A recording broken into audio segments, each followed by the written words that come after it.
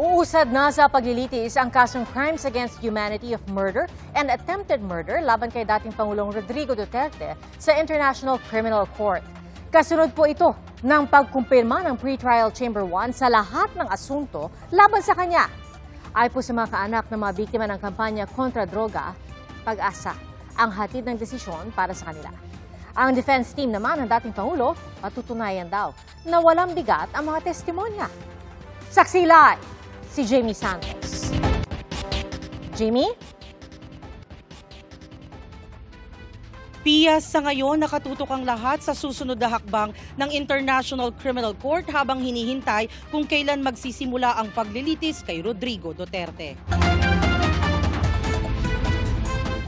Today, the judges of Pretrial Chamber 1 of the International Criminal Court unanimously confirmed all the charges against Rodrigo Roa Duterte and committed him to trial before a trial chamber.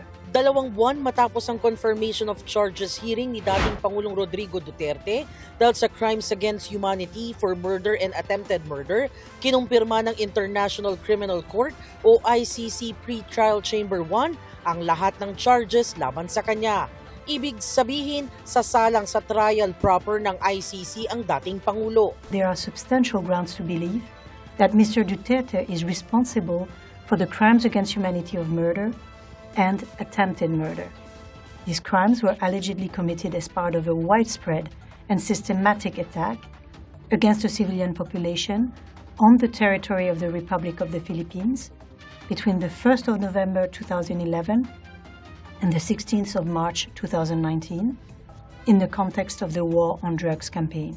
3 counts ng crimes against humanity for murder and attempted murder ang kinakaharap ni Duterte. Sakop nito ang ilang pagpatay sa mga umano'y drug pusher at magnanakaw noong siya pa ang mayor ng Davao City at mga pagpatay mula 2016 hanggang 2018 sa kasagsagan ng kampanya kontra droga noong si Duterte na ang Pangulo ng bansa.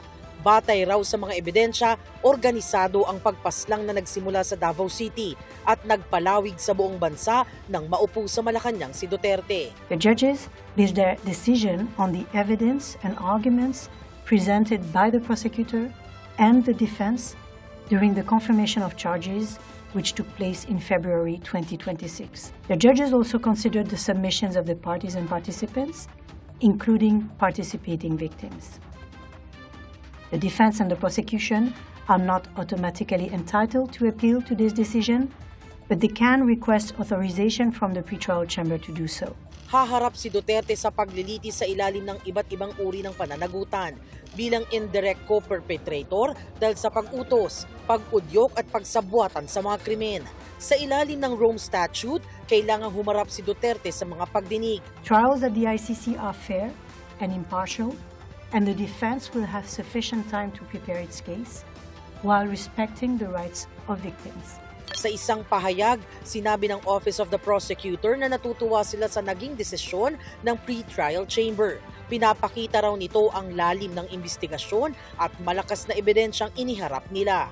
Mahalagang yugto ito sa pagsisikap nila na isulong ang pananagutan para sa mga biktima ng umano'y extrajudicial killing sa Pilipinas noong panahon ng panunungkulan ni dating Pangulong Duterte. Ayon naman sa mga ICC-appointed counsel ng mga biktima na sina Attorney Joel Butuyan at Attorney Gilbert Andres, ang desisyon ay isang malakas na mensahe sa international community na ang international justice system ay gumagana para panagutin kahit pa ang isang dating Pangulo gaya ni Duterte.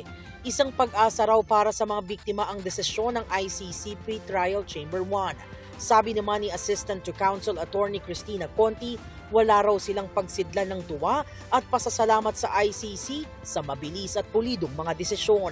Tama umano ang naging hakbang ng pagdulog at pagrereklamo sa ICC. Siyempre masaya po kami at kung kahapon masaya, ngayon masayang-masaya. Dahil malinaw na may kapangyarihan ng ICC na silipin, ito po ang final na desisyon patungkol sa jurisdiction. Hindi naman daw nagulat ang kampo ng dating Pangulo sa desisyon ng Pre-Trial Chamber 1. Sa isang text message sa GMA News, sinabi ni Lead Defense Counsel Attorney Nicholas Kaufman na base raw ang desisyon sa mga hindi napatunayang pahayag ng mga self-confessed murderers na ginawang cooperating witness, ni hindi nga raw nasuri ang kredibilidad ng mga testigo sa confirmation hearing. Dahil sa desisyon, magkakaroon na raw ng ibang katauhan ang mga witness. Patutunayan daw ng depensa sa paglilitis na ang tinutukoy na state policy ay kathang-isip lamang. Ipinakikita rin daw ng depensa na ang ebidensyang nagmula sa mga testigo ay walang anumang bigat o halaga. Inaasahan na rin daw ni dating Chief Presidential Legal Counsel Attorney Salvador Panelo ang desisyon. Pero kung ebidensya raw ang pag-uusapan, dismiss na dapat ang kaso. Ang Malacanang naman, iginagalang daw ang desisyon ng ICC. Ayon kay Undersecretary Claire Castro, hustisya ang kailangang makamit sa mga kasong ito at parehong panig ang makikinabang sa proseso.